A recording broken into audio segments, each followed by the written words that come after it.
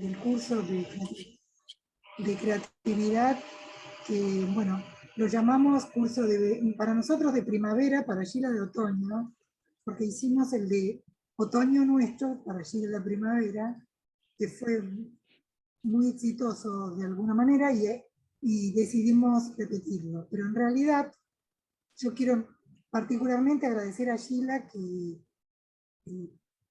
se ofrece a dar este curso, que es la experta en el tema y que le ha dedicado ganas, tiempo, entusiasmo, y creo que para nosotros es un lujo acá en Mar del Plata poder compartir una manera de cambiarnos un poquito, abrirnos un poco la cabeza, como se está haciendo en Princeton o en MIT, donde lo hace Sheila, y bueno que lo han podido aprovechar por lo menos dos grupos de alumnos y de los doctorados.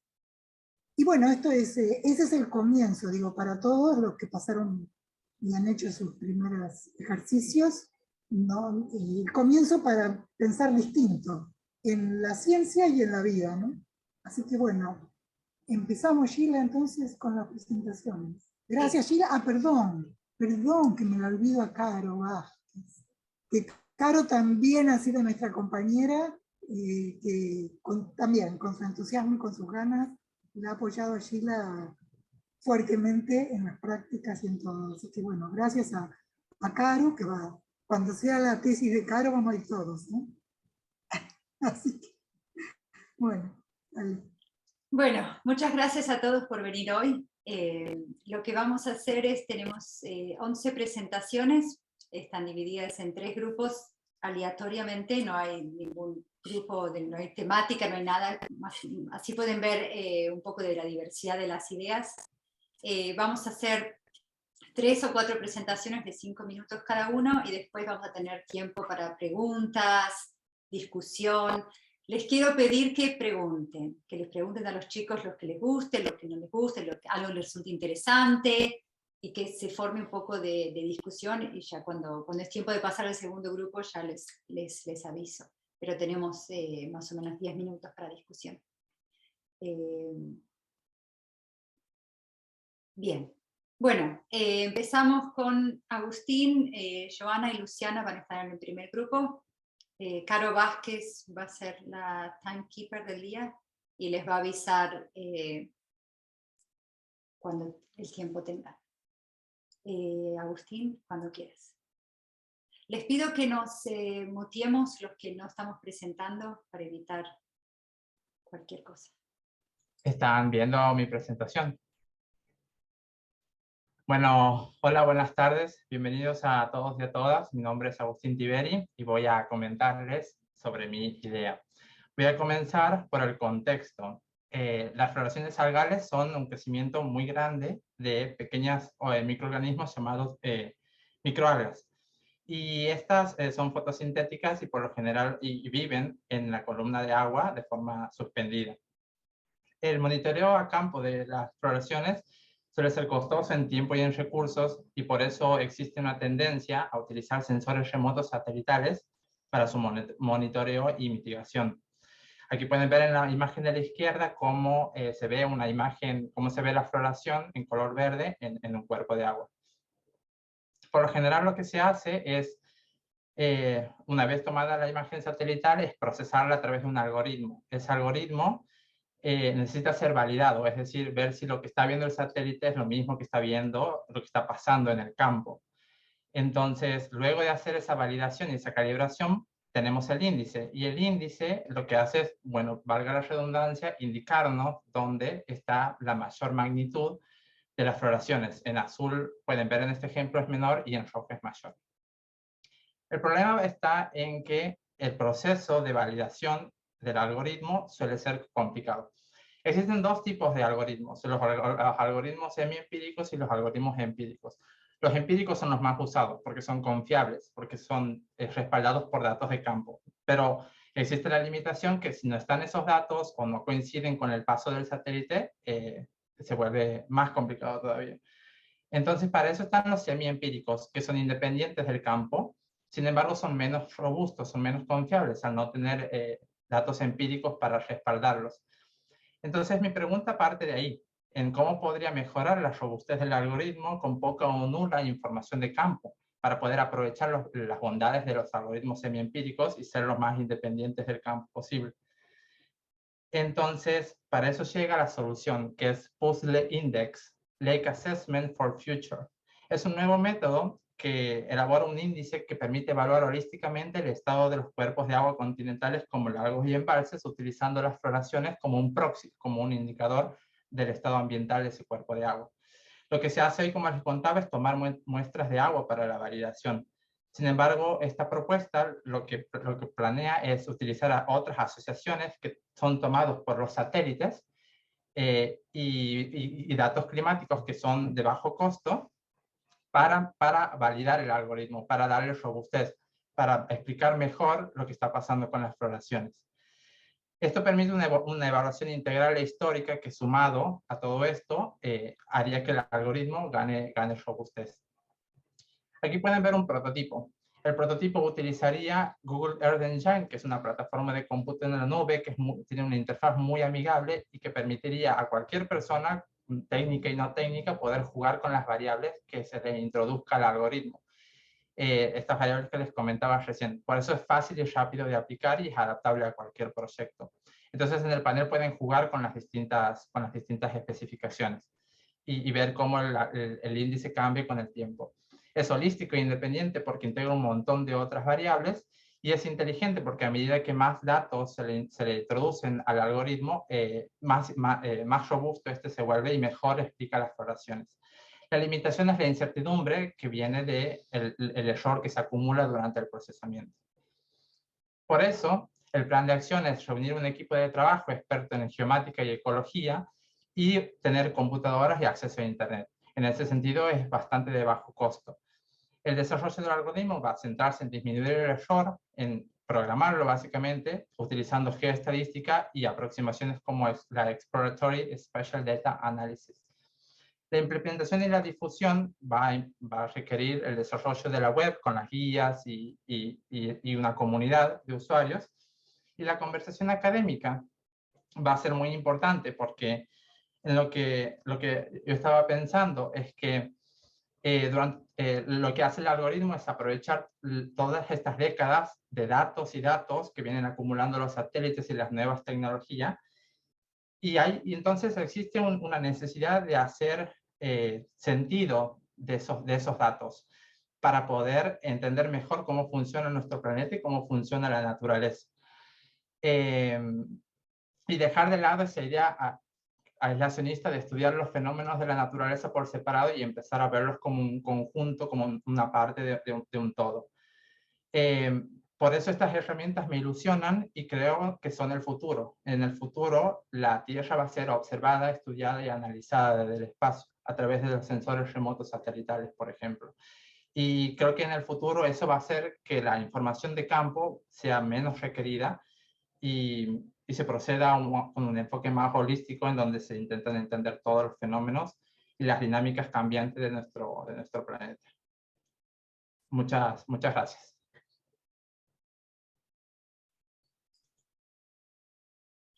Gracias, Agustín. Joana.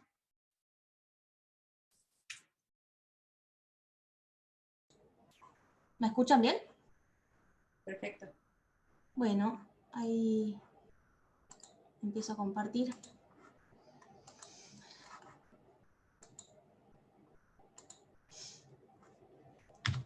Bueno, las aves playeras neárticas son especies de aves que se reproducen en la zona norte del hemisferio norte y en sus épocas no reproductivas se trasladan a zonas de América Central o del Sur. En esas migraciones utilizan pocos sitios de paradas donde necesitan descansar y principalmente alimentarse. En estos sitios de paradas, además, tienen un comportamiento gregario, esto es, miles y miles de individuos se agrupan para alimentarse y enfrentan distintas amenazas antrópicas, principalmente el deterioro de hábitat. Es por este motivo que la conservación de estos sitios requiere de investigaciones de base que brinden información sobre la presencia, la abundancia y la estructuración de los ensambles de aves. En este contexto, uno de los objetivos de mi tesis es caracterizar el ensamble de aves playeras neárticas en función del patrón del uso del hábitat y de la estrategia de alimentación de cada una de las especies. Esto tiene aparejado caracterizar las bandadas propiamente dichas, conocer la distribución espacial de las especies y el comportamiento de alimentación, lo cual tiene asociado un diseño de campo y recolección de datos basado en observaciones directas que las realizamos con telescopios o binoculares. Pero esto tiene graves problemas de muestreo debido a, por un lado, la logística compleja que impone el contexto en el que trabajamos, que son en general intermareales lodosos de muy difícil acceso, que imponen grandes distancias desde el punto de observación a las bandadas, y además debemos considerar la naturaleza de estas aves, que son especies muy parecidas entre sí y miméticas con el entorno, y además cuando los individuos se reúnen para alimentarse son muy inquietos. Por esto los conteos que obtenemos son con un alto porcentaje de error y los datos no tienen posibilidad de ser corregidos. En las últimas décadas, con el advenimiento de las nuevas tecnologías, el uso de vehículos aéreos no tripulados o drones han sido implementados en los estudios de campo porque ofrecen mayor precisión de datos, conteos más rápidos, reproducibilidad y la posibilidad de revisión a posterior de los datos. En aves playeras, si bien es poco lo que se ha estudiado utilizando drones, se sabe hasta el momento que pueden tener un efecto según el tamaño del ave, según el tamaño de la bandada, y además el grado de perturbación puede ser significativo según el tipo de ala y el tipo de vuelo que se despliegue. Entonces, ¿hasta qué punto podríamos utilizar drones para estudiar las aves playeras? ¿Y qué pasaría si asociáramos las bondades de un dron con las características de un ave?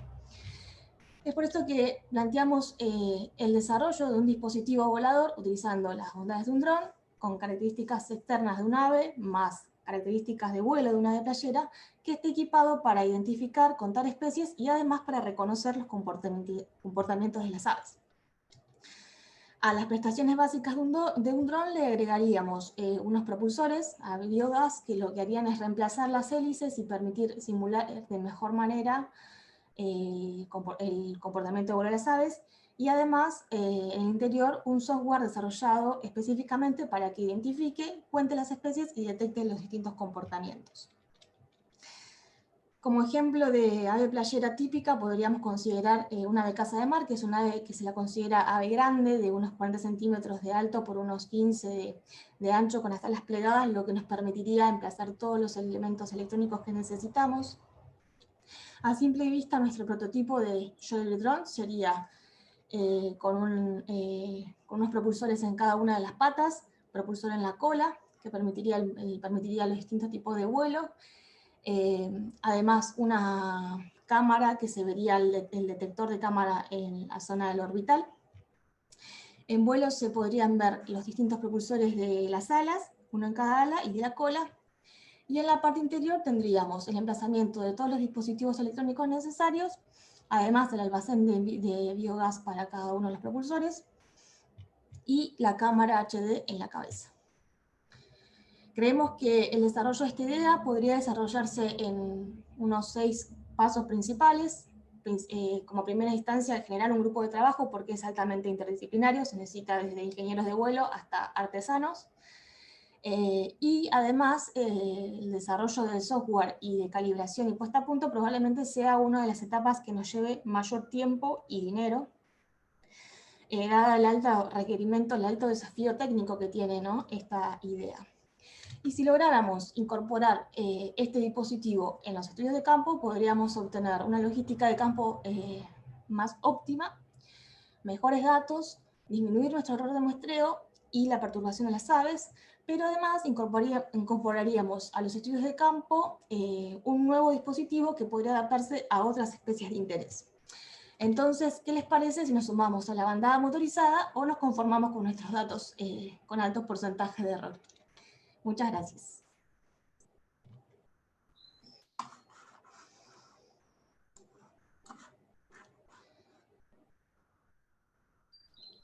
Gracias, Joana. Luciana.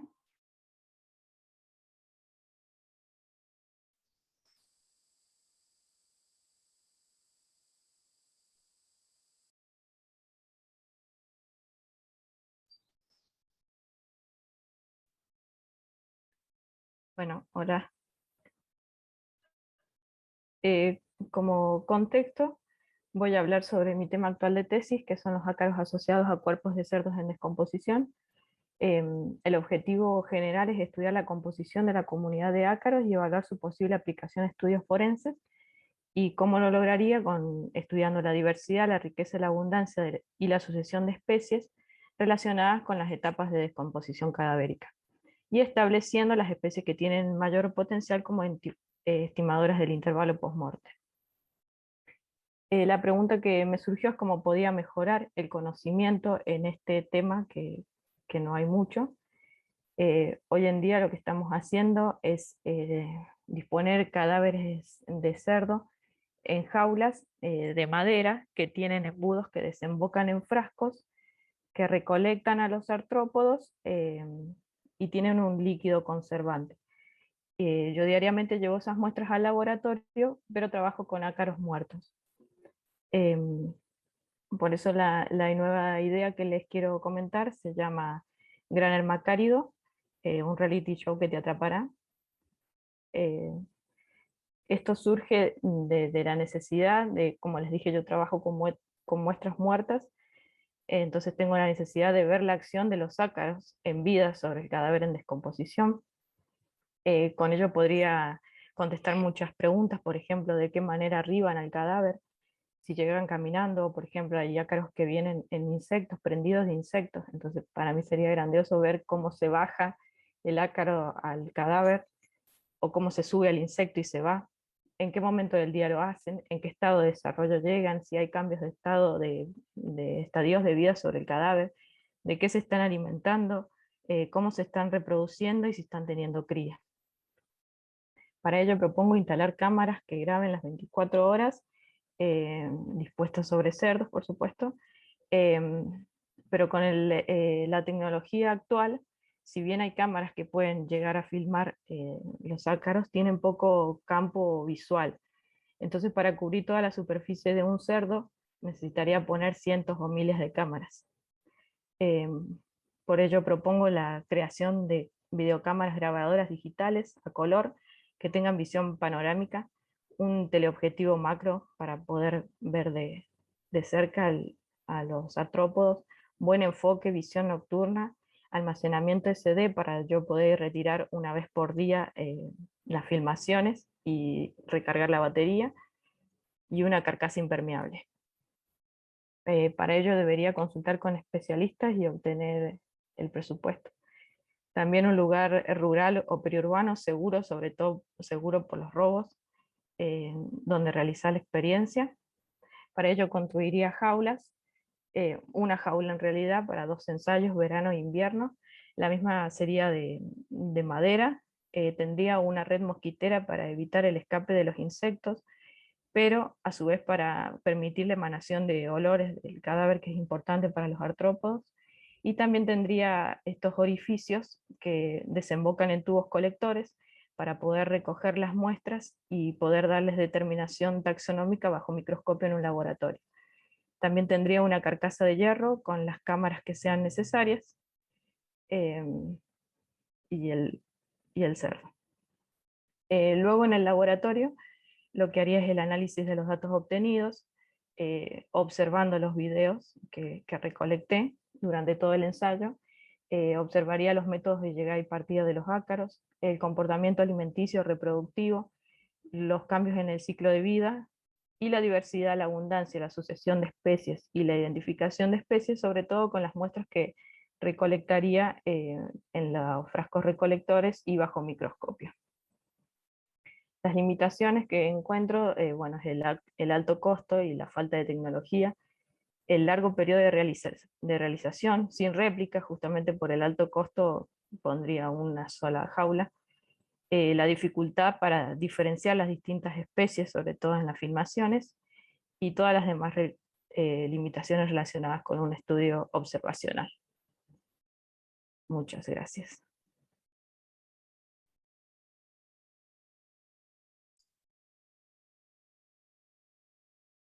Gracias, Luciana. Ahora sí tenemos tiempo para preguntas. ¿Alguno de los chicos? ¿Algún comentario?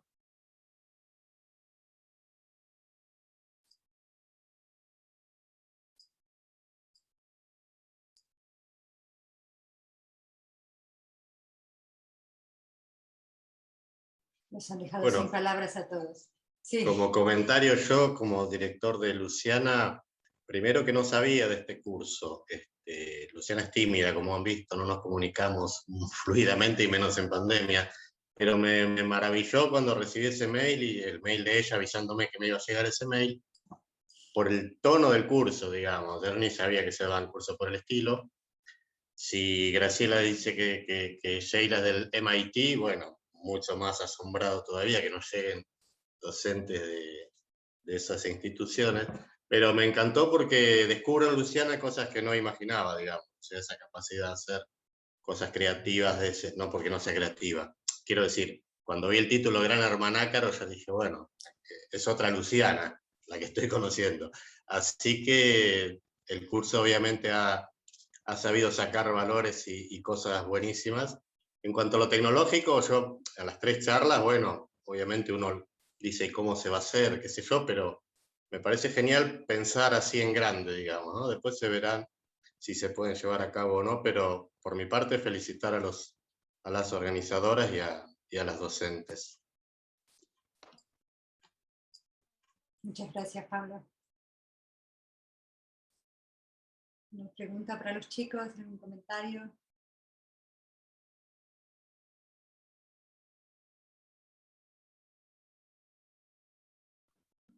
Bueno, como pregunta no tengo, realmente me sorprendieron tanto como a Pablo, un gusto Pablo,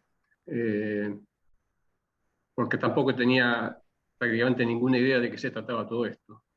Joana no me sorprende, porque siempre tiene ideas bastante interesantes, y me encantaría tener ese pajarito volando con propulsores de gas. Muy interesante, los felicito a todos. Gracias.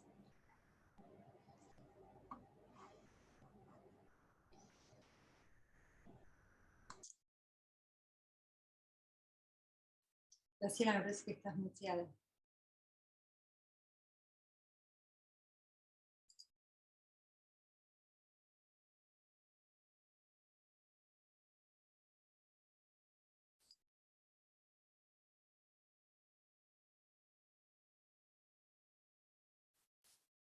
Bueno.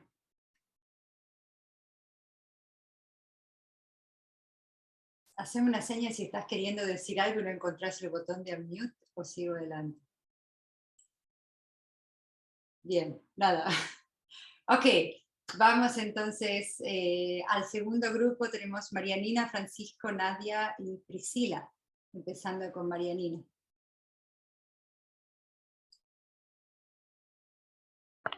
Bueno, ahí comienzo a compartir la pantalla.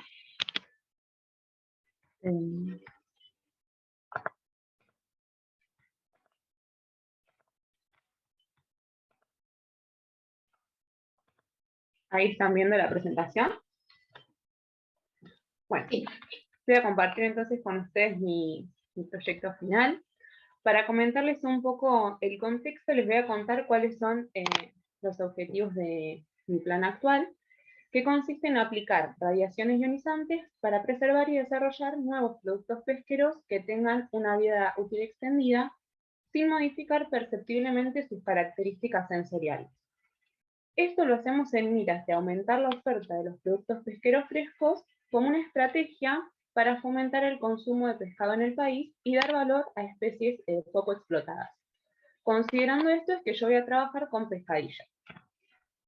Para comentarles un poco cómo surgió mi idea, y les comentaba recién, hoy en día las aplicaciones de radiación ionizante buscan que, en este caso el pescado tratado, conserve las características lo más parecidas posibles a un pescado sin tratar.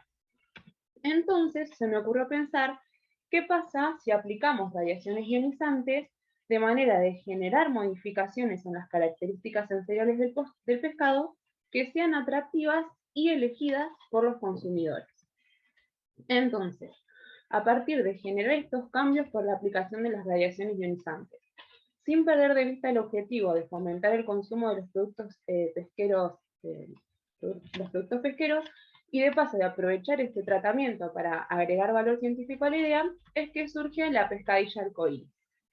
¿Cómo se obtendría este producto? Bueno, partiríamos de un filete de pescadilla a la cual se le va a aplicar un diseño infantil. Esto puede ser a partir de tipo un transfer o en la línea de producción, que el filete sea rociado por distintos pigmentos, se lo va a envasar al vacío, se le va a aplicar la radiación ionizante para seguir preservando su vida útil y luego se procedería a la comercialización. En esta diapositiva les presento un prototipo que desarrollé a escala laboratorio de cómo se vería el producto final en góndola. Por ahí ustedes se preguntarán por qué busco esto de aplicar un diseño infantil. Bueno, es bien sabido que los niños a veces son reacios a querer incorporar o probar incluso estos alimentos como el pescado, y que se genera ahí una barrera, que a veces se producen discordias en las mesas familiares y demás. Entonces se me ocurrió pensar, ¿qué pasa si le ofrecemos estos productos saludables de manera análoga a como ellos ven en los supermercados las golosinas o las galletitas? Entonces los niños serían la puerta de entrada a la familia, para que toda la familia pueda empezar a incorporar y consumir alimentos como pescado, y sea incluido, bueno, en la dieta de todos. Y después, por otra parte, para comentarles de qué va esto de agregar valor científico a la idea, en esta diapositiva les presento indicadores visuales que hoy en día se usan para mostrar que un producto fue irradiado correctamente, y estos consisten en la primera y en la tercera imagen, en esta y en esta, se ven indicadores que precisamente indican por viraje de color, ingresan al proceso de un color y salen de otro. Y en el del medio, una parte del indicador adquiere color a partir de la irradiación. Entonces, nosotros podríamos aprovechar esta particularidad y, por ejemplo, que el pescado ingrese sin color y adquiera el patrón correspondiente luego de ser irradiado, o que ingrese con un color que no es el esperado al final del tratamiento y que luego lo adquiera. Esto sería una ventaja a nivel industrial porque a simple vista uno podría determinar si el alimento recibió la dosis de radiación necesaria. ¿Cuáles son las posibles limitaciones que pueden surgir a la hora de implementar o de llevar a cabo esta idea? Bueno, en principio la falta de desarrollos de estos pigmentos que cambien de color o que lo adquieran y que sean comestibles. Entonces esto podría abrir una nueva línea de investigación para obtener estos pigmentos, y podría surgir también la baja aceptabilidad de este producto por parte del consumidor, por un lado porque uno por ahí no está acostumbrado a consumir un filet de colores, y por otro lado porque todavía una parte de la población, por falta de conocimiento, como que tiene algunas limitantes a la hora de aceptar alimentos que sean tratados con esta tecnología. Entonces, a modo de conclusión, puedo decir que el enfoque creativo estuvo puesto en repensar un producto que comúnmente es rechazado por los niños, de manera que sea algo que ellos mismos elijan como una opción para comer, siendo lo ideal que sea su primera opción, o sea, como que ellos lleguen a elegir pescado como su primera opción para consumir. Y como desafíos está despertar el interés de la industria para poder producirlo y el interés de los consumidores para poder comercializar. Bueno, muchas gracias.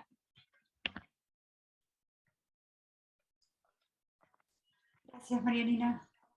Francisco, seguimos. Dale, ahí comparto. Ahí ven todos mi pantalla. Espera que muevo pantalla completa. Bueno, arranco. Para los que no me conocen, mi nombre es Francisco Zumpano y mi idea se llama Cuantificando Impactos, Subfish como alternativa. Primero les voy a contar un poquito sobre el contexto de mi proyecto de doctorado. El proyecto está enmarcado en Mar Chiquita, que es una reserva que queda en Argentina, en la costa de la provincia de Buenos Aires, y que es hogar de una gran variedad de aves marinas, y también se desarrollan diversas actividades antrópicas, y una de las principales es la pesca recreacional. Cuando la pesca recreacional y las aves marinas coinciden en tiempo y espacio, interaccionan de forma negativa, siendo que las aves comen el descarte que dejan los pescadores y se enganchan con línea de pesca, como se pueden ver en la foto, se tragan anzuelos, se mutilan patas, alas, etc. Y muchas veces terminan la muerte de los individuos. Entonces lo que busca mi doctorado, mi proyecto, es abordar esta interacción desde un punto de vista socioecológico Y para esto hay diversos objetivos, tanto biológicos como sociales. Y dentro de los biológicos, la mayoría se basa en analizar las interacciones entre las aves y los pescadores, pero ninguno de estos objetivos evalúa el impacto sobre las poblaciones marinas. Entonces, como pregunta, consideramos cómo podemos cuantificar el impacto que tienen los pescadores sobre las poblaciones marinas y de esta forma agregar información importante para entender mejor la interacción al proyecto. Los muestreos que se realizan actualmente para conocer el impacto requieren de mucho esfuerzo de muestreo, hay zonas difíciles de acceder, es difícil de monitorear a lo largo del tiempo. Entonces, la idea es que SUSFish corrija todos estos problemas. ¿Y qué es SUSFish? SUSFish es una aplicación web que funcionaría, o sea, se lo podrían descargar los pescadores y mientras están realizando su actividad, al ver un ave lesionada, lo podrían reportar. Y esa información aparecería en tiempo real en un software que utilizaría el científico a cargo y traería datos de la lesión, del tipo de lesión, de la especie y asociados a datos temporales y de localización geográfica. Las ventajas que tiene es que es información que es en tiempo real, que abarca un área muy grande de muestreo, que es el área que utilizan los pescadores y que de otra forma no se podría acceder. Tiene bajo costo porque desarrollar una aplicación no tendría un costo muy alto, requiere un muy bajo esfuerzo de muestreo, y además se puede usar para múltiples aplicaciones. Por ejemplo, se podría saber qué se pesca, cuándo, cómo, en qué lugares, y además podría servir para evaluar medidas de manejo, ya que imaginando en un futuro alguna medida de manejo para corregir esta interacción, se podría ver si esta medida funcionó o no a través de la aplicación. ¿Qué necesitaríamos? Bueno, un equipo interdisciplinario. Por un lado, programadores y programadoras que desarrollan la aplicación, sociólogas y sociólogas que nos ayuden a entender las motivaciones de los pescadores para que utilicen la aplicación, diseñadores y diseñadoras que hagan que la aplicación sea fácil de utilizar, divertida, amigable, y biólogos y biólogas que recaben la información necesaria. Y todo esto de forma interdisciplinaria, por eso las flechas que unen a cada uno. Pero no todo es color de rosas y hay ciertas desventajas. Entre las principales es que los pescadores utilicen la aplicación, porque no es fácil que los pescadores la usen. Puede haber errores y sesgos en la información, ya sea por desconocimiento de las especies, de la problemática y demás. Y también podría haber pseudorréplicas, porque varios pescadores podrían informar sobre un mismo ave lesionada. Pero hay posibles soluciones para todo esto. Para la primera tendría que ser una aplicación fácil, motivante, que tenga juegos, que tenga beneficios, que le dé sociabilidad y que motive a los pescadores a utilizarla. Para la segunda se podría usar métodos de difusión y fotos que ayuden a los pescadores a reconocer mejor las especies. Y la pseudoréplica se podría arreglar con análisis estadísticos posteriores. Bueno, para finalizar me gustaría mostrarle un prototipo de cómo sería la aplicación. Esta sería como la portada, en donde se apretaría en el botón amarillo que dice qué querés hacer. Allí habría una serie de opciones, entre ellas reportar lesiones. Una vez que se aprieta en reportar lesiones, aparecerían diferentes tipos de animales. Imaginemos que apretamos aves, y aparecería una lista de las aves posibles que hay en Mar Chiquita, con una pequeña descripción al costado, de tal forma que los pescadores puedan diferenciarlas de otras especies. Imaginamos que tocamos ahí la gaviota cangrejera. Habría que seleccionar el tipo de lesión, por ejemplo, línea enganchada en el ala. Una vez que se selecciona el tipo de lesión, se abría un mapa de Mar Chiquita y se podría poner en dónde encontraron el ave lesionada. Y por último se podría juntar una foto, de tal forma que al ver la foto se pueda saber si el pescador realmente vio el ave que dice que vio, pero no tendría que ser obligatorio porque no le podemos exigir a los pescadores que cada vez que ven un ave suban una fotito. Bueno, por último se le agradecería. Y bueno, lo invito a mis directores a juntar el equipo para poder realizar esta idea. Muchas gracias. Gracias, Francisco. Nadia. Bueno, ahí comparto.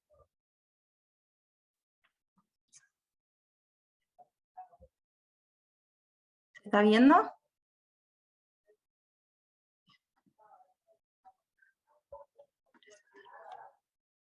Bueno, hola a todos, los invito a Mito o Realidad. Mi nombre es Nadia, soy licenciada en Ciencias Biológicas y trabajo en el INIDEP. Bien, les voy a contar un poquito de qué va mi tesis, así nos vamos entendiendo. Les traigo un objetivo que tengo, que es evaluar la condición nutricional de juveniles de corvina rubia en la bahía San Borombón en relación con variables endógenas, principalmente los microplásticos, y exógenas.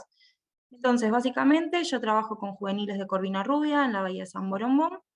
Lo que hago es agarrar los músculos de cada corvina y evaluar su condición nutricional mediante técnicas moleculares. Además, tomo el estómago y me fijo si tiene microplásticos. Y entiendo que eso tiene un efecto negativo en la condición nutricional, que junto con otras variables como la edad, la salinidad, la ubicación y la temperatura, y magia estadística, tratamos de averiguar cómo todo esto modela la condición nutricional. Y lo hacemos con un N total de 800 individuos más o menos. Bien, entonces cuando yo empecé a escribir pongo los microplásticos son malos para, pero me encuentro con estos dos papers, que son sobre la corvina rubia, uno en el estuario de Bahía Blanca y otro en San Borombón.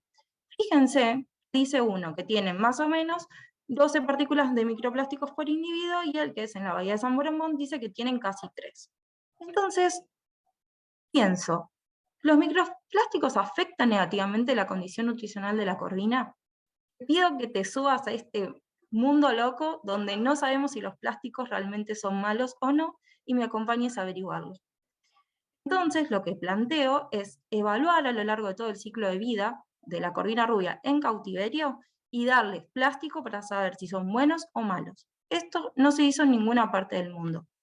Lo que sí está hecho es la cría de corvina en cautiverio, por ejemplo acá en Mar del Plata, pero fue para evaluar la dieta, y también se estudió los microplásticos en el ciclo de vida de algunos peces, pero no tantos, porque se hace más en mamíferos, en aves y en moluscos. Así que tengo un plan. Te lo muestro acá, pero ahora te lo voy a contar de a poquito.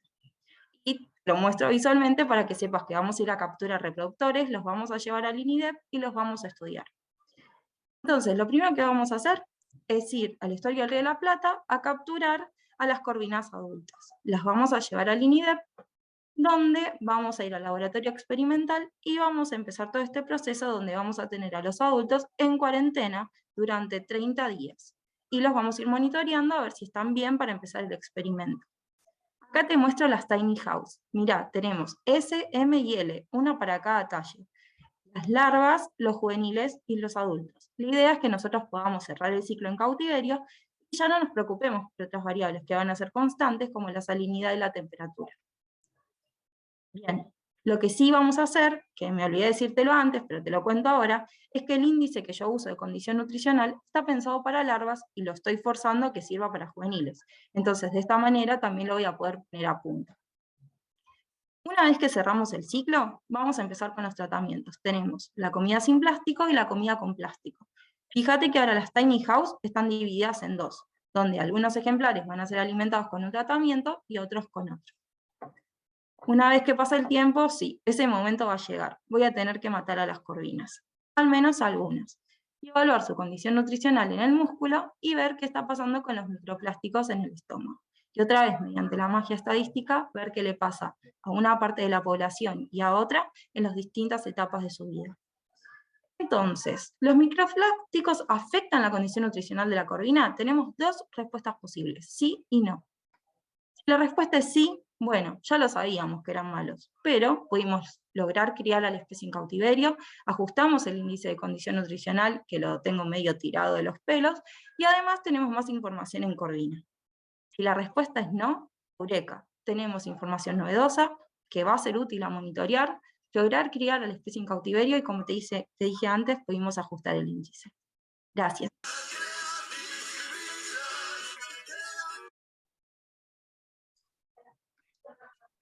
Muchas gracias, Nadia. Y la última de este grupo, Priscila.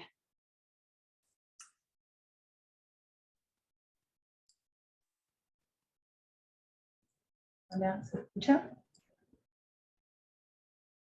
Sí. Comparto.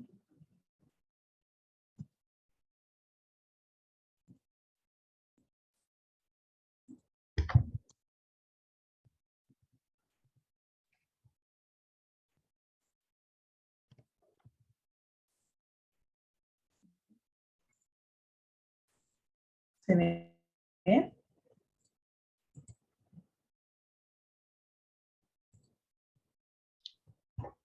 Bueno, perfecto. Me voy a empezar. Bueno, yo les voy a compartir una idea que se llama Nuevo Z8MB, un filtro amigable con el ambiente, un superhéroe contra una villana en un producto ideal. Bueno, había una vez un ingrediente que protegía a las personas de los rayos del sol, pero resultó ser que ese ingrediente contaminaba el medio ambiente y causaba daño a los ecosistemas marinos. Entonces surge la pregunta de cómo podemos hacer para ayudar al medio ambiente. Lo que se nos ocurre es que hay que encontrar una manera de utilizar menos cantidades de ingrediente o lograr disminuir su cantidad en agua. Por lo que aparece la necesidad de pensar en varias ideas.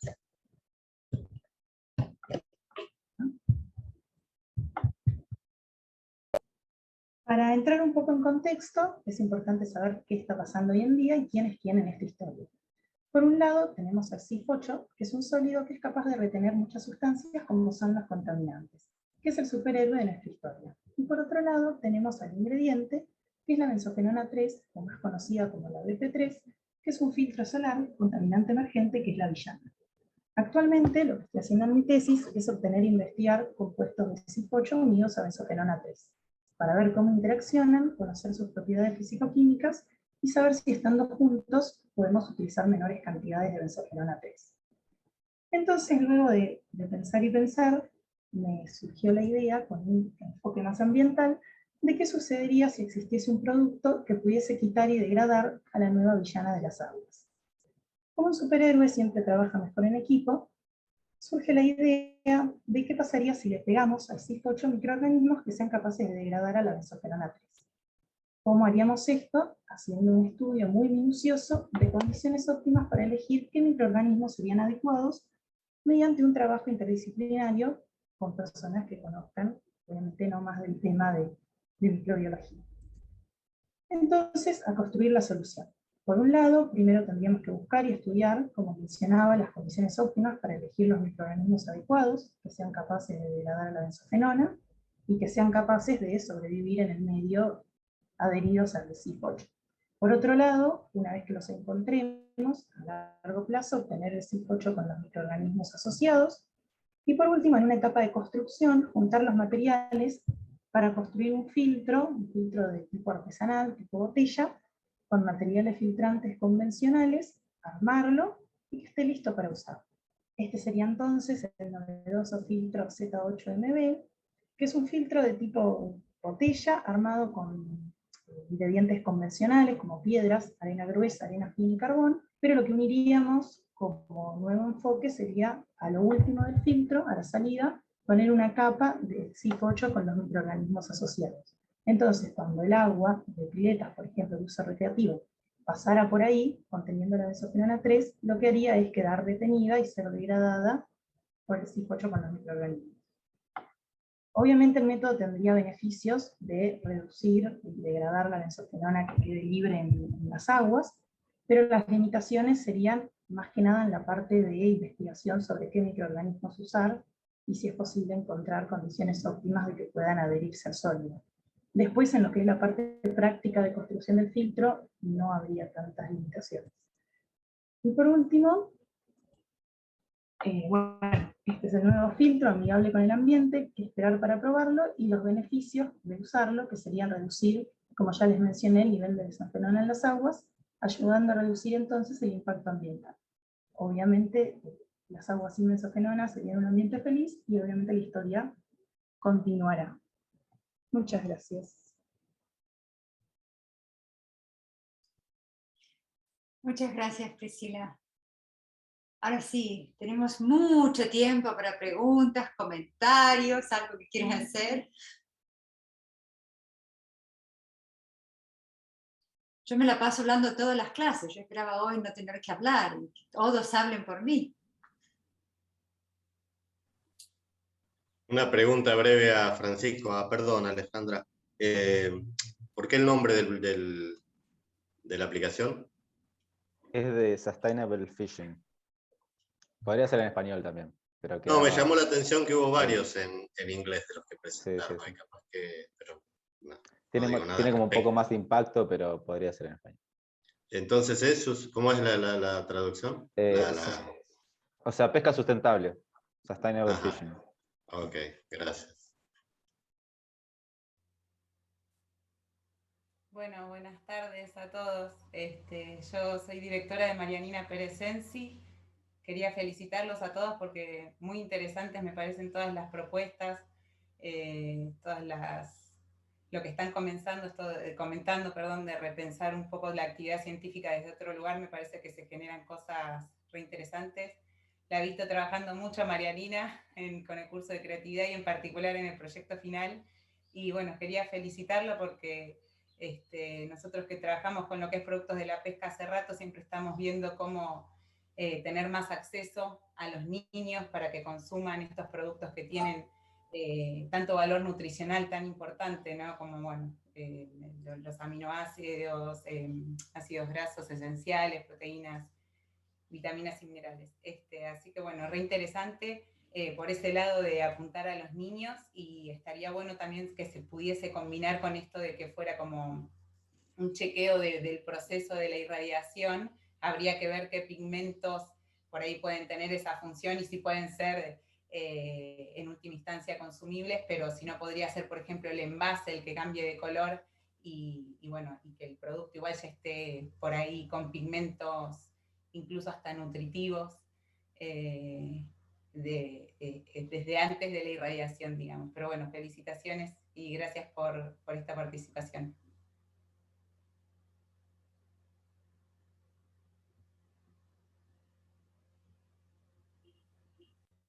Bueno, gracias.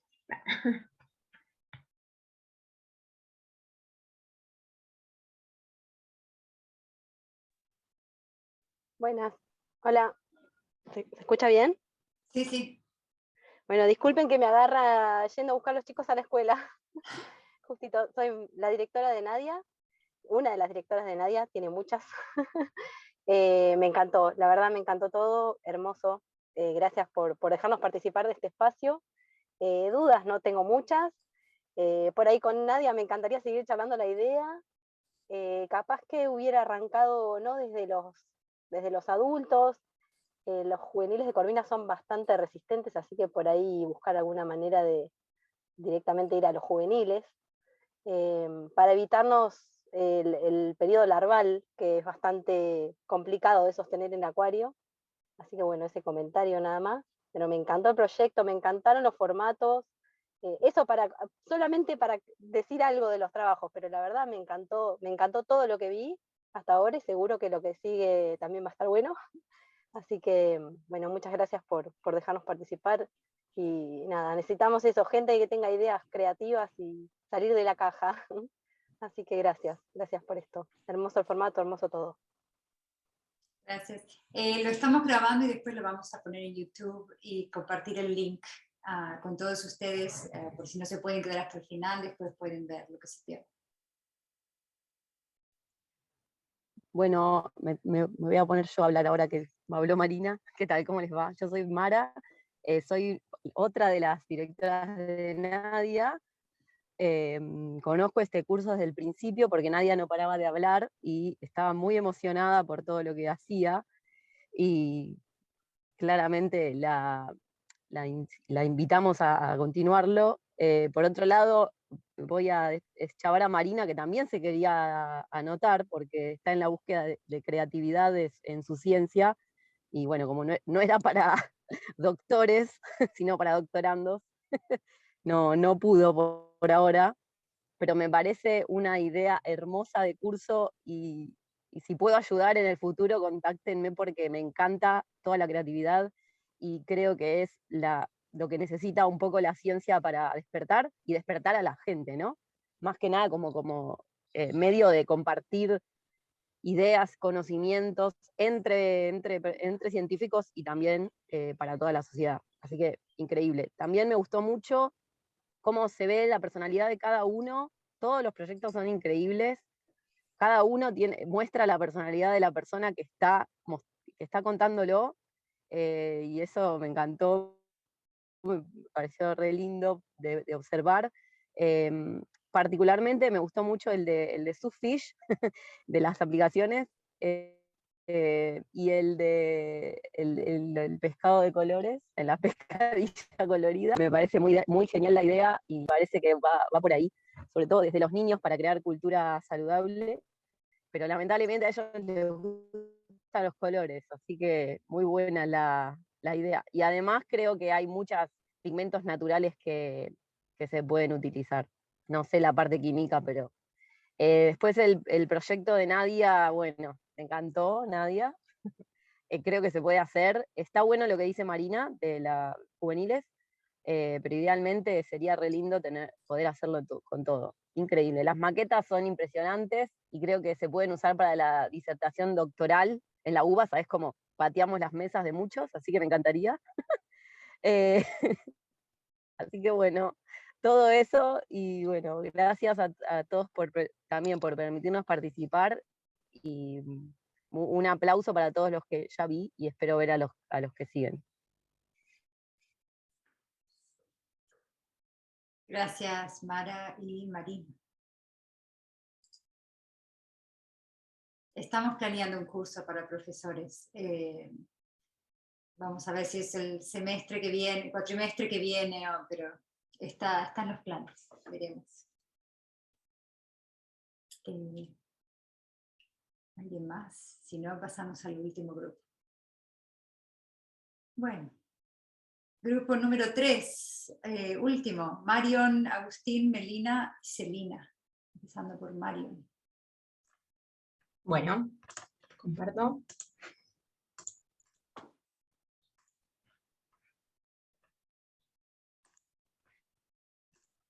Ya se ve, ¿no? Sí. Bueno, buenas tardes. Yo soy Marion Marchetti y en el día de hoy les voy a estar presentando un nuevo enfoque de mi tesis doctoral. Para entrar en contexto, primero les presento el objetivo general. El mismo consiste en determinar las condiciones del proceso de salado y desalado de merluza que den por resultado un nuevo producto con agregado de valor microbiológicamente estable, inocuo y sensorialmente aceptable. Ahora bien, posiblemente se estarán preguntando por qué es importante desarrollar nuevos productos de origen pesquero con agregado de valor, y para eso traje a dos amigas que les van a saber explicar esta situación mejor que yo. Ellas son las merluzas Lucy y Elsa, empezando una conversación. Para empezar, vemos que Lucy le pregunta a Elsa: ¿viste que aunque seamos el principal recurso pesquero de Argentina, a más del 90% de nosotras nos llevan para procesar y consumir afuera? A lo que Elsa le responde: sí, no sé por qué a los argentinos no les gusta consumirnos, y eso que ya conocen los beneficios que nuestra ingesta aporta para sus organismos. Ante esta situación, en la escena siguiente, vemos que Lucy propone transformarse para que las personas tengan más variedad de productos para elegir. De acuerdo con esta propuesta, Elsa, entusiasmada, asegura que si se amplía la oferta a nivel nacional, van a poder promover su consumo. Empezando con las transformaciones, se escucha el grito de Lucy de convertirse en forma de bacalao salado, pero Elsa, la más distraída de las merluzas, manifiesta no saber qué es el bacalao y menos salado. Por esto, Lucy le explica que el bacalao es uno de los miembros de su familia más consumidos y que su forma más habitual de transformación es salado seco. Pero además de distraída, Elsa parece ser más moderna que Lucy, ya que no quiere transformarse en algo que está fuera de moda, como es el bacalao salado seco. Entonces, lo que propone Lucy es transformarse en forma de bacalao desalado, de forma de que encontremos a las merluzas listas para cocinar y así estarían en la última tendencia de consumo de alimentos. A lo que es importante lo que Elsa le contesta al final a Lucy, donde plantea que si en realidad si se transforman en forma de bacalao desalado, no sabrían si los consumidores se darían cuenta que son diferentes a su presentación en fresco. A lo que Lucy contesta: tenés razón, nos vamos a tener que esforzar para diferenciarnos. A partir de esta historia surge entonces el siguiente problem statement: ¿cómo podríamos hacer para que la merluza desalada se diferencie de la merluza fresca? O bien, dicho con un lenguaje un poco más técnico, ¿cómo podríamos explotar los cambios estructurales que ocurren en el músculo de pescado por efecto de la sal y el potencial difusivo de la posterior etapa de desalado para ampliar la oferta de productos pesqueros? Lo que se busca con este nuevo enfoque sería aprovechar, por un lado, la textura elástica y formable del pescado salado, y por otro lado, aprovechar el medio de desalado para incorporar diversos compuestos como podrían ser aromas, sabores y pigmentos. Para llevar a cabo esta idea, les presento lo que sería un proceso sencillo de salado de pescado, donde simplemente los filetes entran en contacto directo con la sal, y al cabo de algunas horas lo que vemos es que quedan cubiertos por un líquido.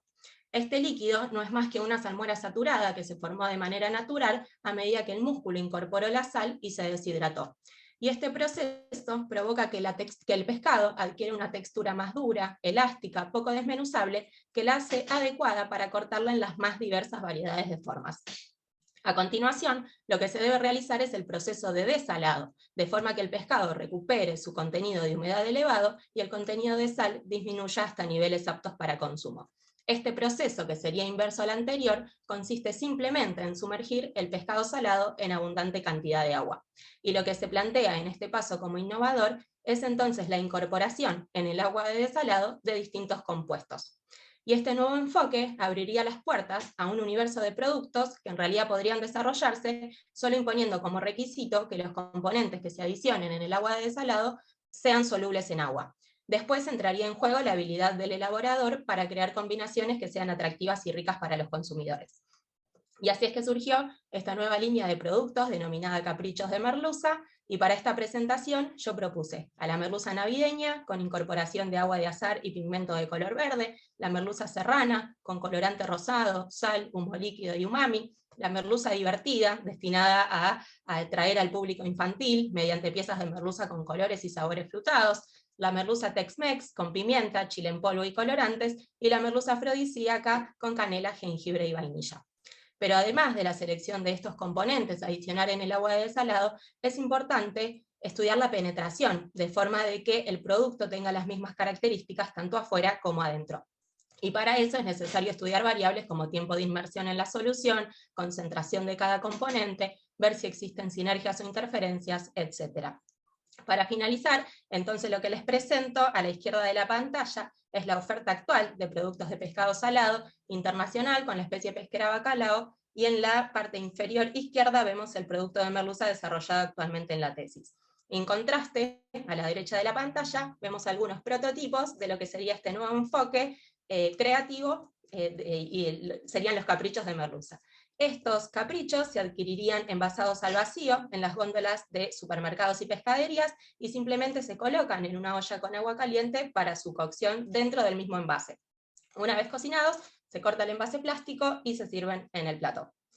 Espero que les haya gustado la propuesta. Muchas gracias por su atención.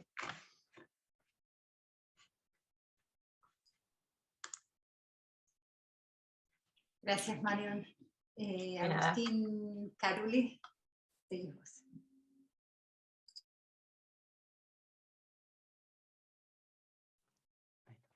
Bueno, muchas gracias a todos y todas por venir.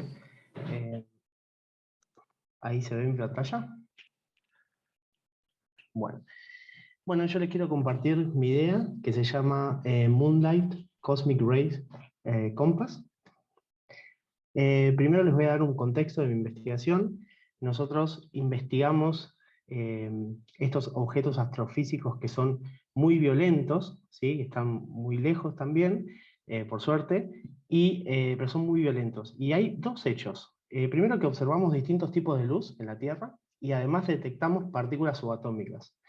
Entonces tratamos de resolver las siguientes preguntas. ¿Por qué se producen los distintos tipos de luz o radiación? ¿Y por qué se producen las distintas partículas que detectamos? Pero bueno, volviendo un poco a la idea, les voy a explicar, ¿qué son los rayos cósmicos? Los rayos cósmicos son partículas subatómicas como protones, electrones, núcleos de átomos, que llegan a la Tierra y cuando chocan con las moléculas de la atmósfera generan esta lluvia de partículas, pero también pueden llegar a la Luna. Después vamos a ver por qué se llama Moonlight. ¿Y por qué una brújula? Bueno, generalmente los rayos cósmicos se producen en alguna fuente, como las que vimos recién, y siguen como un caminito que no es lineal como el verde, porque hay campos magnéticos en el espacio y se van desviando. Entonces no se sabe bien de dónde provienen. Por eso es que la idea va en este sentido para desarrollar un método que identifique de dónde vienen los rayos cósmicos de muy altas energías, a la luz de un nuevo modelo de galaxia, de la galaxia Centaurus A, un nuevo modelo que explique todo lo que emite esa galaxia, y una nueva forma de obtener datos con una red de antenas que orbiten la Luna. Así que bueno, les quería contar más o menos dónde está la galaxia Centaurus A a la noche. Si hoy a la 1:30 de la mañana se quedan despiertos, más o menos hacia el noroeste va a estar la Luna. Y Centaurus A va a estar al sudeste, ¿sí? En la constelación Centauro. Y si tuvieran un telescopio, podrían llegar a ver un difuso parche en el cielo, que se ve bastante lindo. Yo lo observé desde mi ciudad, Miramar, y se puede ver más o menos así, pero sin los colores. Así que bueno, ¿por qué es importante la galaxia Centaurus A? Bueno, primero porque hace poco se observó que se confirmó que en el centro hay chorros muy violentos que expulsan partículas, y se cree que el 20% de los rayos cósmicos que se detectan en la Tierra provienen de esa galaxia. Así que bueno, ¿cómo podríamos nosotros hacer para llevar adelante esta idea? Primero hay que conocer un poco mejor a la galaxia Centaurus A. Para eso se puede hacer un modelo matemático para explicar todo lo que esa galaxia produce, ¿sí? Es importante que el modelo explique todos los tipos de luz que emite la galaxia. Acá se ve la misma galaxia en distintas longitudes de onda, o sea, con distintos tipos de luz. Y el modelo también nos puede decir cuántas de estas partículas llegan hasta la Luna, muy importante. Se generan en Centaurus A y llegan hasta la Luna. Una vez que uno de estos rayos cósmicos choca con el regolito lunar, que es el polvo de la Luna, va a emitir una luz, un tipo de luz que se llama luz Cherenkov. Y este tipo de luz se puede detectar en la Tierra con antenas, pero hay un problema: que la ionosfera absorbe un montón de esta señal, entonces la señal no es tan buena como nos gustaría. Por eso es que se propone también enviar a la Luna una red de satélites. Habría que trabajar con un grupo de especialistas en aeronáutica que diseñe cómo sería este arreglo de detectores de este tipo de luz. Y bueno, luego de muchos años del proyecto, se puede poner en órbita las antenas para empezar a tener nuevos datos. Los nuevos datos van a permitir observar más destellos de estos choques. O sea, antes no tenemos suficiente ahora con los telescopios actuales, con los detectores actuales, entonces después se podrían ver muchos más destellos. Y cuando esté listo se van a tomar nuevos datos y la ionosfera ya no va a ser un problema.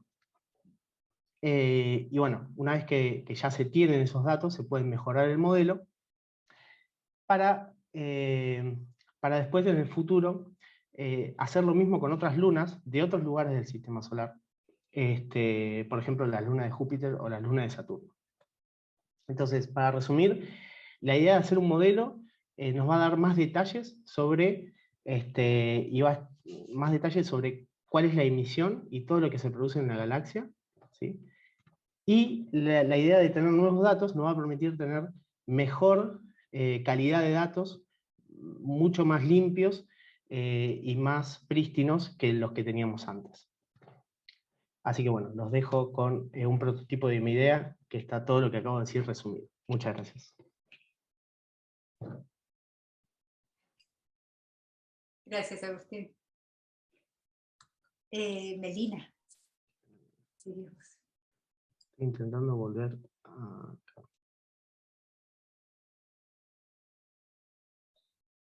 Creo que tienen que dejar de compartir, ¿no? Ahí está.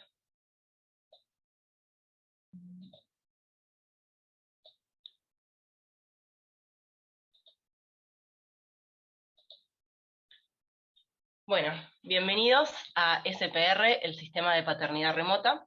¿En qué consiste? Son aves robots diseñadas para empollar huevos extraídos de nidos reales, controladas a través de un software que se encarga de reproducir de manera remota las condiciones del nido requeridas por los huevos para su óptimo desarrollo. ¿Cómo surge esta idea? A partir de estudios de comportamiento en una ave marina con problemas de conservación, la gaviota de Olrock, la cual, debido a ciertas características propias de la especie, entre las que se destaca su reducido tamaño poblacional, así Perdón, como Melina, también... Sí. No estás proyectando. ¿Podés hacer a pantalla completa? A modo presentación, porque te está mostrando solo a ti. A ver. Perdón, ¿eh? A lo mejor es delay. Espera, comparto de nuevo. Qué raro, porque a mí me parece que sí estoy compartiendo. Ahora sí, sí. ya está. Perfecto. ¿Ahora sí? Espera que me estoy tapando con la... Bien, ahora sí se ve entonces. Bueno, empiezo de nuevo entonces. Bueno, bienvenidos al sistema de paternidad remota. Como decía, son aves robot diseñadas para empollar huevos extraídos de nidos reales, que están controladas a través de un software que se encarga de reproducir de manera remota las condiciones del nido requeridas por los huevos para su óptimo desarrollo. ¿Cómo surge esta idea? A partir de estudios de comportamiento de una ave marina con problemas de conservación, la gaviota de Olrock, la cual, debido a ciertas características propias de la especie, entre las que se puede destacar su reducido tamaño poblacional, así como también la interacción con el ser humano, la llevó a estar listada como una especie vulnerable a nivel regional. El interés entonces en el estudio de este tipo de especies es intentar contribuir a la mejora de su estado poblacional. Sin embargo, y en consecuencia de esto también, bueno, generalmente los estudios se hacen con un N muestreal relativamente bajo, haciendo difícil muchas veces la interpretación de los resultados. Así es como surge el SPR, el Sistema de Paternidad Remota, el cual se encarga del desarrollo de los huevos, de la primera tanda de huevos de la colonia reproductiva, controlados a través de bueno, este software desde la comodidad del laboratorio, que le permite, mientras tanto, a los individuos reproductores de la colonia reproductiva prepararse para una segunda puesta y así, al final de la temporada, tener una tasa de natalidad duplicada. Bueno, esta idea surge primero con la búsqueda de información sobre las características de la especie, grabaciones de sonido, valores promedios de temperatura y humedad de los nidos, y gracias al trabajo en conjunto de biólogos, ingenieros y desarrolladores de software, le dan vida, digamos, a este ave robot que va a estar lista para la utilización a campo en la temporada siguiente. Bueno, como se ve en este paso a paso, el trabajo a campo empieza unos días previos al inicio del sistema de paternidad remota y termina con la eclosión de los huevos, y una vez que los pichones crecen lo suficiente como para poder abandonar estos nidos y reunirse otra vez con la colonia. Bueno, acá tenemos algunas de las características tanto externas como internas de estas aves robot. Las características externas tratan de conservar al máximo el parecido con la especie, y bueno, de manera interna se pueden ver los distintos sistemas que van a estar componiendo este robot, principalmente los relacionados con la alimentación y la comunicación, así como también el regulador de condiciones, de temperatura y humedad, y bueno, el sistema de monitoreo con visión infrarroja repartido a lo largo de todo el cuerpo del individuo, que filman 24 horas. Y todos estos sistemas están conectados a un sistema central, que es el que envía toda la información que se ve así en una computadora. Bueno, desde este software, además de regularse las condiciones, todo tipo de condiciones del nido, también se puede guardar esta información en una base de datos para un posterior análisis de la efectividad de este sistema. Y bueno, si bien existen riesgos naturales relacionados con que los nidos reales no tengan la capacidad de algunos nidos no tengan la capacidad de estar preparados para una segunda puesta, este software está ajustado para que la efectividad sea máxima. Por lo tanto, en caso de que en algún momento no se pueda incrementar la tasa de natalidad, por lo menos se mantendría constante la primera tanda de individuos reproductores nacidos. Y bueno, finalmente les dejo el testimonio de uno de los primeros usuarios de este producto que lo recomienda. Gracias por su atención. Gracias, Melina. Y ahora sí, la última del día, Celina. Sí, hola, ¿me escuchan? Sí. Sí, buenísimo. Perdón, tengo apagada la cámara porque se me corta mucho internet, así que voy a tratar de ir no tan rápido para que, para que se entienda.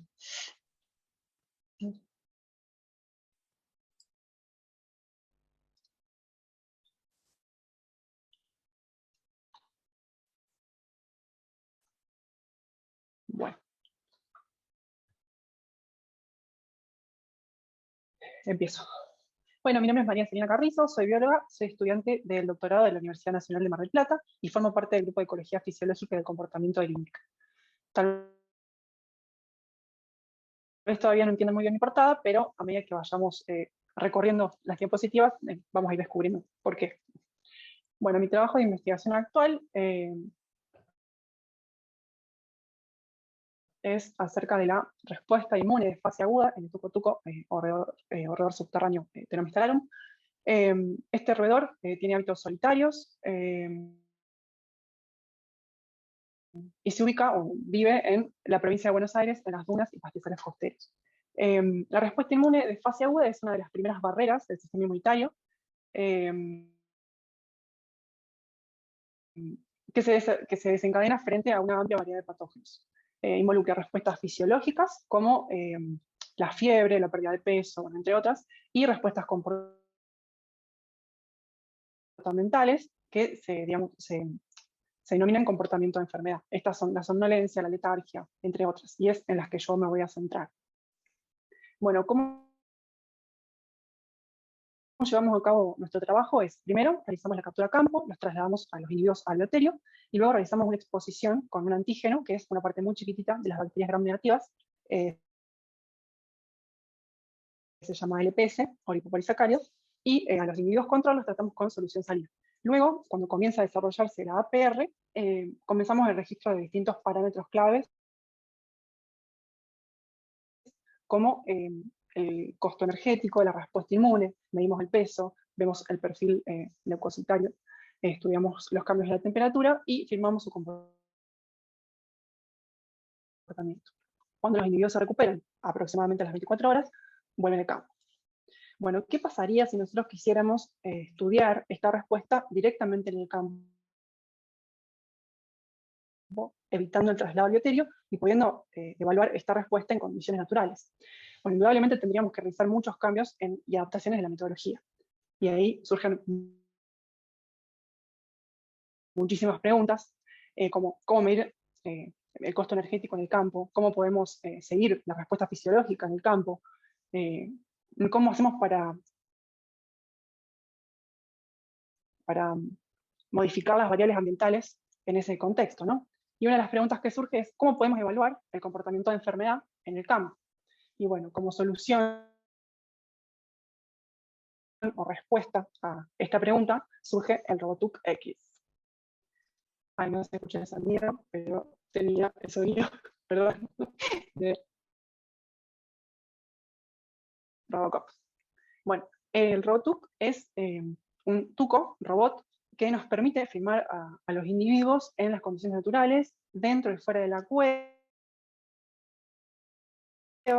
se puede mimetizar con los demás individuos y puede, digamos, imitar sonidos y comportamientos para evaluar cómo los demás individuos responden. Se puede convertir en robotuca o robotuco con una malla externa de pelos reales que imitan el dimorfismo sexual que presenta la especie, ¿sí? Tiene una cámara para grabar con luz y sin luz en los ojos, un parlante para emitir sonidos, ruedas para desplazarse, un botón de encendido, un USB para descargar el material, una batería recargable, articulación para hacerse un poquito más pequeño y poder entrar a las cuevas, y un localizador. Todas sus partes ya existen, solo habría que juntar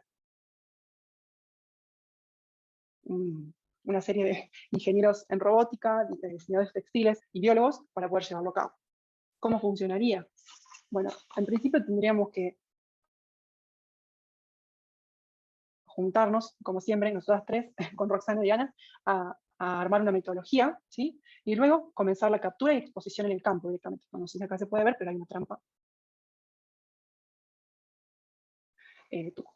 Luego de 6 horas, que es aproximadamente cuando comienza la respuesta de fase aguda, entraría en acción el ROTUC. Y nosotros podríamos manejarlo con un control a una distancia considerable.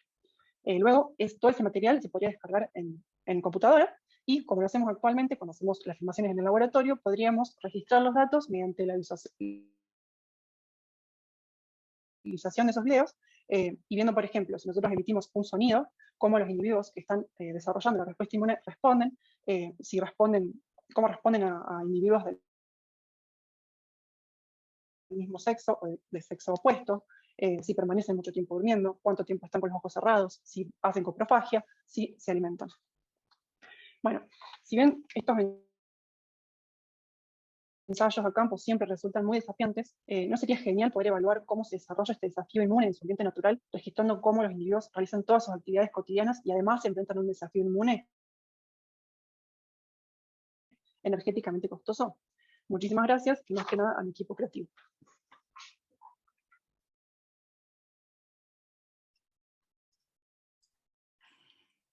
Muchas gracias, Celina. Ahí estás. Bueno, ahora sí, comentarios, preguntas, algo para los chicos del último grupo.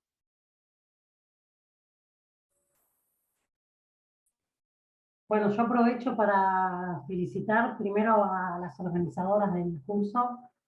La verdad que han despertado muchísima creatividad, todas las presentaciones estuvieron excelentes. Yo soy la directora de tesis de Marión.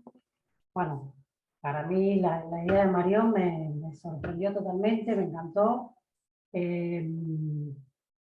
La verdad que excelente, Marión, ya lo sabés, siempre con todas tus ideas te destacás, así que, bueno, buenísimo, buenísimo haber hecho este curso, es súper interesante.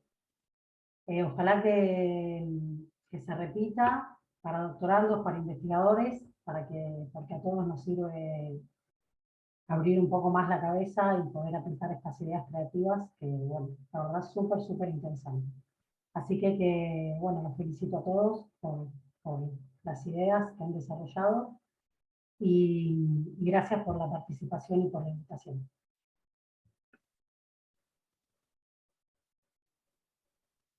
Gracias, Analia.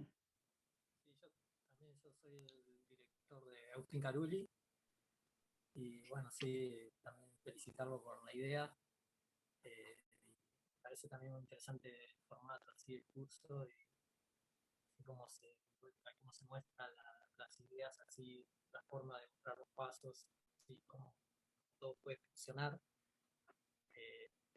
También me gusta después que me explique también un poco más las técnicas que aprendió en el curso. Así que felicitaciones a todos.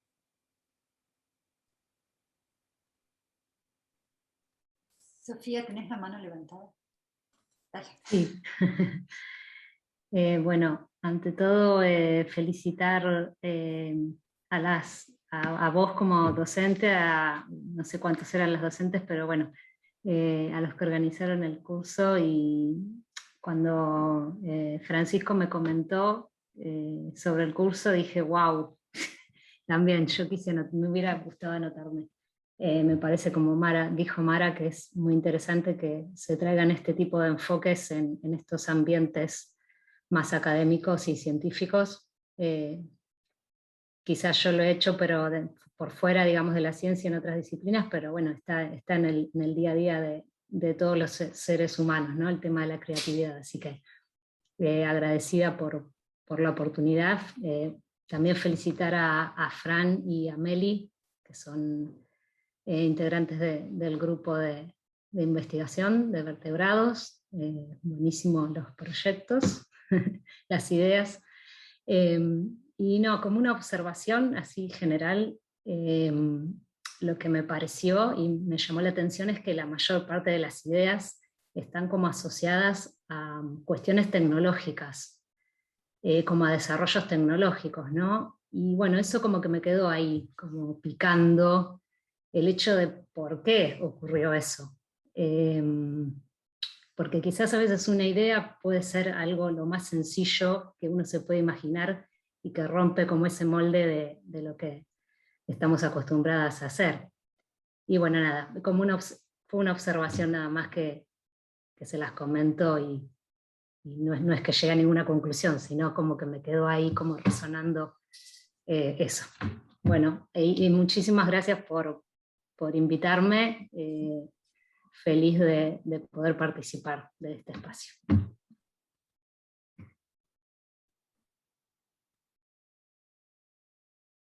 Sí, Laura. Veo las manos. Hola, bueno, muchas gracias. Realmente este curso fue fantástico. Desde el momento que me lo dijo, me lo contó un poquitito Melina, porque no me quería decir mucho, me quería tener así picando hasta el final.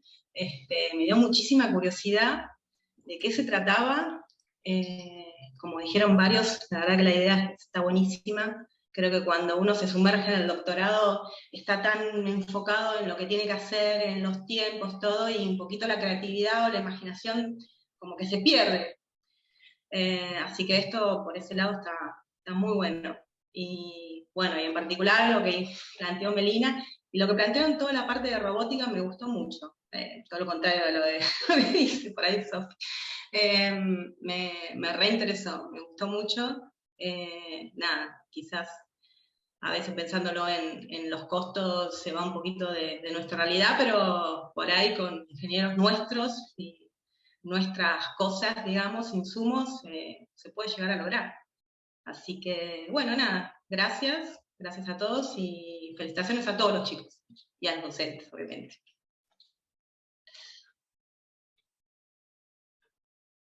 Gracias, Laura. Bueno, yo vuelvo a intervenir porque me interesó lo que dijo Sofía, y creo que a Sheila le pareció también importante. Quizá habría que hacer un curso el día de mañana para ver cómo generar preguntas originales dentro de la investigación en la que ya tiene uno todo más o menos estructurado y sabe por dónde van a ir las cosas. Y ahí, claro, con 0 pesos, digamos, con simplemente cambiar la mirada, por ahí salimos. Doy un ejemplo. El doctor Rapoport, que fue un ecólogo argentino excelente, y era muy, muy, muy creativo en ese punto, en pensar cosas distintas. Entonces él hacía lo que le llamaba ciencia pobre. Él estudiaba biología del suelo y ponía en una maceta los bichos que hay en el suelo, ácaros, colémbolos, regaba y veía qué sustancias salían al final de la maceta, y entonces ahí empezó a estudiar la humificación, la producción de ácido súmico, o sea, procesos biológicos en el suelo, reales, y que nunca a nadie se le había ocurrido hacerlo de una manera tan sencilla, y él con 4 macetas y unos bichitos, y bueno, eso me parece genial también. Entonces entiendo que es un aspecto interesante ese para explorar, pero también entiendo que todos nos vayamos por el lado de la tecnología, porque en realidad se trató de ver cosas que no se ven hasta ahora, entonces bueno, hay que desarrollar las técnicas para hacerlo posible. Eso es otro. No fue bajada de línea la parte tecnológica, creo que fue una coincidencia, quizás porque los chicos están más acostumbrados o más conectados con la tecnología. Quizás en el curso pasado hubo menos tecnología que en este, creo que varía de grupo en grupo. La incentivación es ir de lo sencillo a lo que quieran, pero a veces es más complejo pensar en algo simple que pensar en algo más complejo, aunque suene paradójico. Porque requiere mucho más imaginación. Creo que quizás por eso es que uno tiende a ir a cosas que conoce más o que está más acostumbrado. Pero sí, ¿no? Tecnología para la clase no es que fue un tema en particular. Probablemente también Rapoport pudo hacer esto porque ya estaba con muchos años en su disciplina y conocía bien los problemas, digamos, como para verlos de otra manera. Sí, Ana. Hola, buenas tardes. Bueno, gracias. Me encantó la presentación de Celina. Disculpen que solamente pude escuchar la anterior, pero bueno, era complicado para mí conectarme antes. No, una observación nada más de lo que estaban comentando para nosotras, el tema de comprender y estudiar a nuestro objeto de estudio, que son los tucotucos, en su ambiente, como son subterráneos, sí o sí dependemos de algo de tecnología para justamente responder alguna de las preguntas si queremos observar su comportamiento y conocerlos en su ambiente natural. Ya sea desde una mínima cámara de filmación que podamos poner en su ambiente, como algo más complejo como un Robocop, que me encantó como lo presentó Celina. Pero bueno, en líneas generales esa es nuestra limitación. Así que bueno, nada más agradecerles por habernos invitado a escuchar las ponencias. La verdad que me encantó el nivel de creatividad y de resolución de un problema tan interesante como el que presentaron. Y bueno, les agradezco haberme invitado y a Roxana también. Un saludo a todos. Gracias, Ana. ¿Algún comentario más? ¿Pregunta? Roxana, sí. Gracias, Carmen.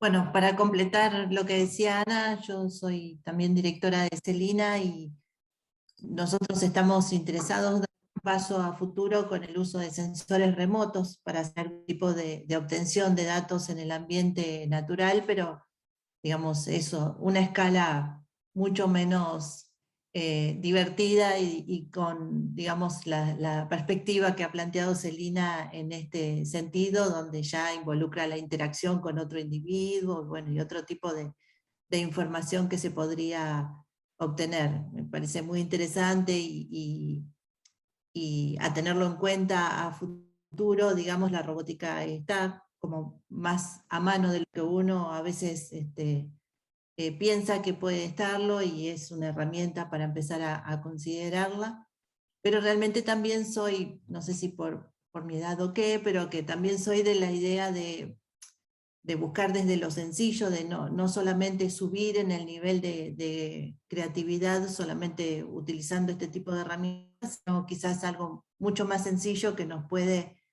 hacer romper el cascarón o la perspectiva bajo la cual estamos trabajando, ¿no? Cuando miramos una misma problemática o planteamos una misma pregunta, pero la vemos desde diferentes lados, digamos, de un prisma, es cuando es mucho más rico después los resultados que podemos obtener. Y un ejemplo sencillo de esto, que siempre en uno de los libros que utilizamos en docencia, siempre lo destaco como muy interesante, nosotros en el campo utilizamos mucho las pesas de resorte, ¿no? Donde uno cuelga una bolsita o al individuo y pesa a través de un dispositivo, digamos, utilizando ese tipo de instrumentos. Y algunos ecólogos lo que han hecho es dar vuelta ese dispositivo y ponerlo como una percha natural, ¿no? Entonces los individuos se posaban en el lugar y a través de la observación con un elemento, un largavistas, permitían ver el peso del individuo, que en lugar de estar colgado, hacía presión sobre esa pezola. Eso parece una pavada, pero poder pesar individuos en el campo, sobre todo, por ejemplo, colibríes, que cambian en el peso, digamos, tienen un peso muy chiquito y cambian en el peso mucho a lo largo del día, era un dato muy interesante. Y lo obtuvieron de esa forma, no con balanzas electrónicas en el campo, sino dando vuelta a una balanza mecánica. Y bueno, ese tipo de cuestiones, donde a alguien se les ocurre una metodología tan sencilla que puede darnos una información tan importante o tan basal, digamos, es muy, muy interesante. Pero a mí esto de la creatividad me interesa particularmente porque por nuestra disciplina somos de ajustarnos mucho, digamos, a metodologías que ya están, digamos, como muy estipuladas, y eso quizás nos haga como encerrarnos en el tipo de preguntas que estamos abordando. Entonces, esto de tener un viento más fresco y plantear nuevos abordajes hace que quizás podamos plantear también preguntas diferentes y novedosas. Así que bueno, la felicito, me interesó mucho que Celina pudiera hacer este curso, creo que va a ser muy importante para su formación y muy lindo que nos invitaran también a participar. Gracias. No se los dijimos, pero la segunda parte del curso de creatividad es ahora que todos los directores trabajen y busquen la forma, sin tecnología y sin presupuesto, de ejecutar las ideas que los chicos presentaron. Entonces ahí son ustedes, mis alumnos, les tienen que enseñar a los profesores las técnicas que vimos en clase. Bien.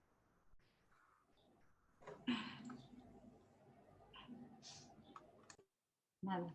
Bueno, si no hay más comentarios, yo les agradezco mucho por haber venido hoy, por haberse quedado, los que están desde el principio, por los comentarios. Creo que es muy importante para los chicos tener el apoyo de ustedes, que sepan que les permiten desarrollar sus ideas de la forma que ellos quieran, así que eso es importante siempre para fomentar lo que es el pensamiento creativo. Así que nada, gracias por venir, y yo me quedo con los chicos, y ustedes sí, hasta aquí los dejo estar. Bueno, felicitaciones a todos los expositores. Gracias. Chao, chao. Buenas tardes, felicidades. Felicidades. Buen año. Hasta luego, gracias.